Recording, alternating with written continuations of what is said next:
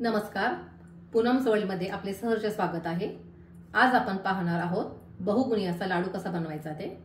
त्यासाठी लागणारे साहित्य: मखना 50 ग्रॅम, शेंगदाणे 300 ग्रॅम, अक्रोड 200 ग्रॅम, काजू 150 ग्रॅम, काकडी, मगज, जवस, भोपळा इत्यादींच्या बिया 150 ग्रॅम, डिंक 100 ग्रॅम, हळीव 100 ग्रॅम, बदाम 250 ग्रॅम, खोबरे 200 ग्रॅम, खारीक 250 ग्रॅम, खजूर आपल्या आवडीप्रमाणे, तीळ 150 ग्रॅम, वेलदोडा 10 ग्रॅम, खसखस 10 ग्रॅम, केशर 1 ग्रॅम, गूळ 600 ग्रॅम, तूप अंदाजे। आता आपण कढईत थोडेसे तूप टाकून काही जिन्नस भाजून घेऊयात। सर्वप्रथम आपण मखना भाजून घेऊयात। साधारण 1 ते 2 चमचे तुपावर आपण मखना भाजून घेऊयात।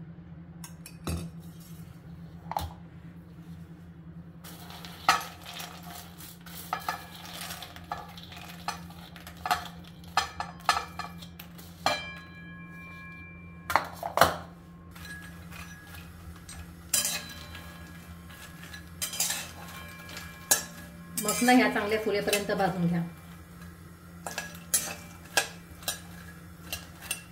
मखना आपल्या शरीराच्या वाढीसाठी तसेच पोषणासाठी उपयोगी असतात। तसेच सांधेदुखीमध्ये मखनामुळे आपल्याला आराम मिळतो, वजनही नियंत्रणात राहते, अंगामधील वाढलेली उष्णता कमी होते। मखनामुळे आपण रक्तदाबाच्या समस्येवर पण मात करू शकतो।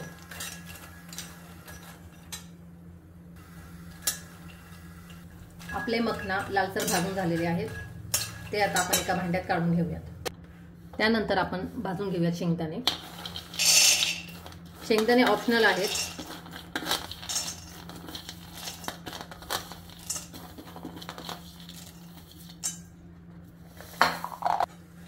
आता आपण भाजून घेऊयात शेंगदाणे। शेंगदाण्यामुळे आपली हाडे मजबूत होतात, तसेच शेंगदाण्यामध्ये भरपूर प्रमाणात लोह आणि कॅल्शियम असते, त्यामुळे आपले हृदय निरोगी राहण्यास मदत होते।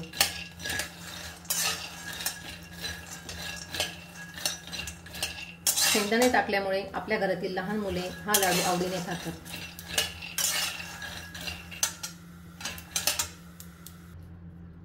आता आपण भाजून घेऊयात तीळ आणि खसखस।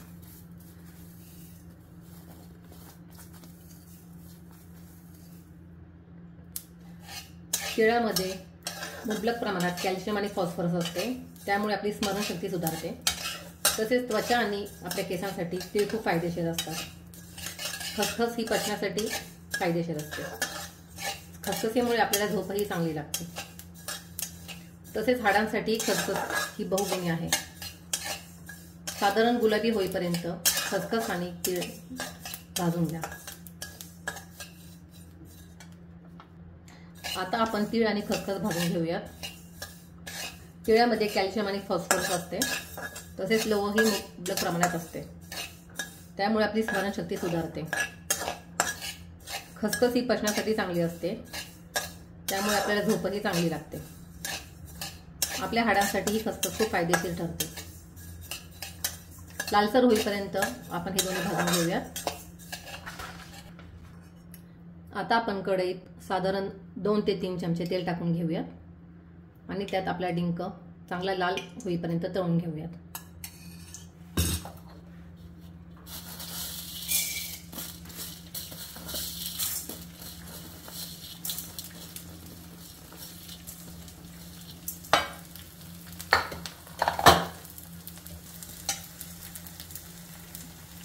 अजून 2 चमचे तूप मी डिंक तळण्यासाठी टाकते आहे।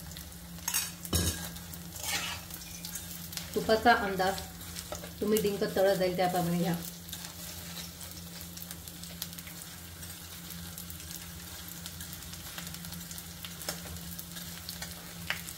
डिंक हा आपल्या शरीरावरील अतिरिक्त चरबी कमी करते, तसेच उन्हाच्या तीव्र झळा व उष्माघातापासून आपले संरक्षण करते।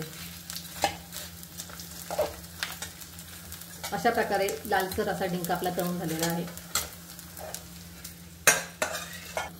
आता आपण हळीव भाजून घेऊयात.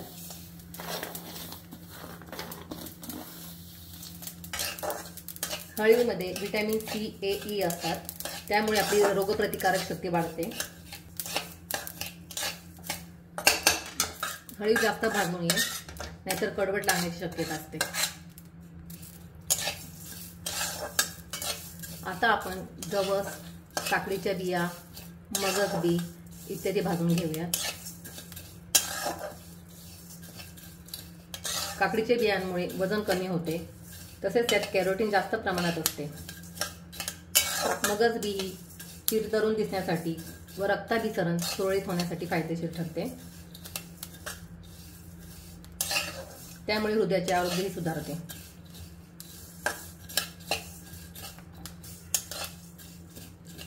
जवस हे मधुमेहाच्या रुग्णांसाठी खूप फायदेशीर ठरते.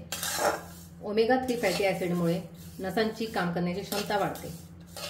सांधेदुखीमुळेही जवस खूप फायदेशीर ठरतात. तसेच स्किन कॅन्सरसाठी जवस हे फायदेशीर आहे. आपल्या बिया लालसर झालेल्या आहेत, त्या आपण काढून घेऊयात. आता राहिलेले सर्व जिन्नस आपण एकत्र करून घेऊया.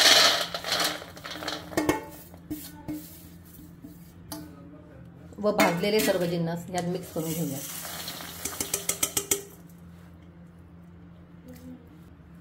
राहिलेला गूळ आपण या जिन्नसामध्ये टाकून घेऊयात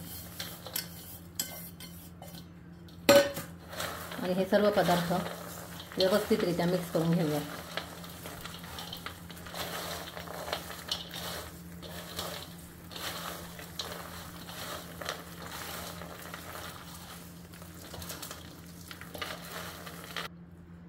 आता हे मिश्रण थोडेसे गरम असतानाच आपण मिक्सरला बारीक करून घेऊयात. मिक्सरला बारीक करताना साधारण मिक्सरचं भांडं अर्धच भरेल अशा प्रमाणेच तुम्ही हे मिश्रण टाका.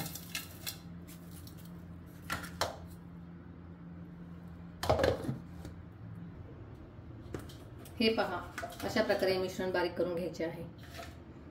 हे आपण परातीत काढून घेऊयात.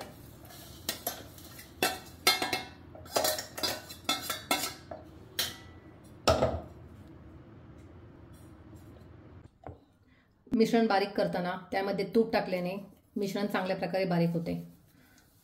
तुपामुळे कोलेस्टेरॉल घटते. आपले मिश्रण बारीक करून झालेले आहे. आता याचे आपण लाडू वळून घेऊयात.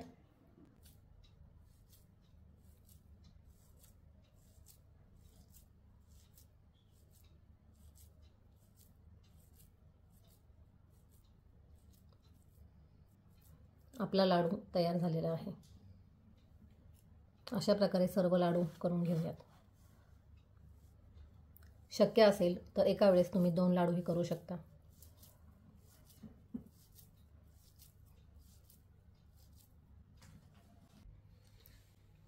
आपले लाडू तयार आहेत. या मिश्रणात साधारणपणे 60 लाडू तयार झालेले आहेत. असेच नवनवीन चॅनेल पाहण्यासाठी पूनम सवळ या चॅनेलला लाईक, शेअर आणि सबस्क्राईब करा.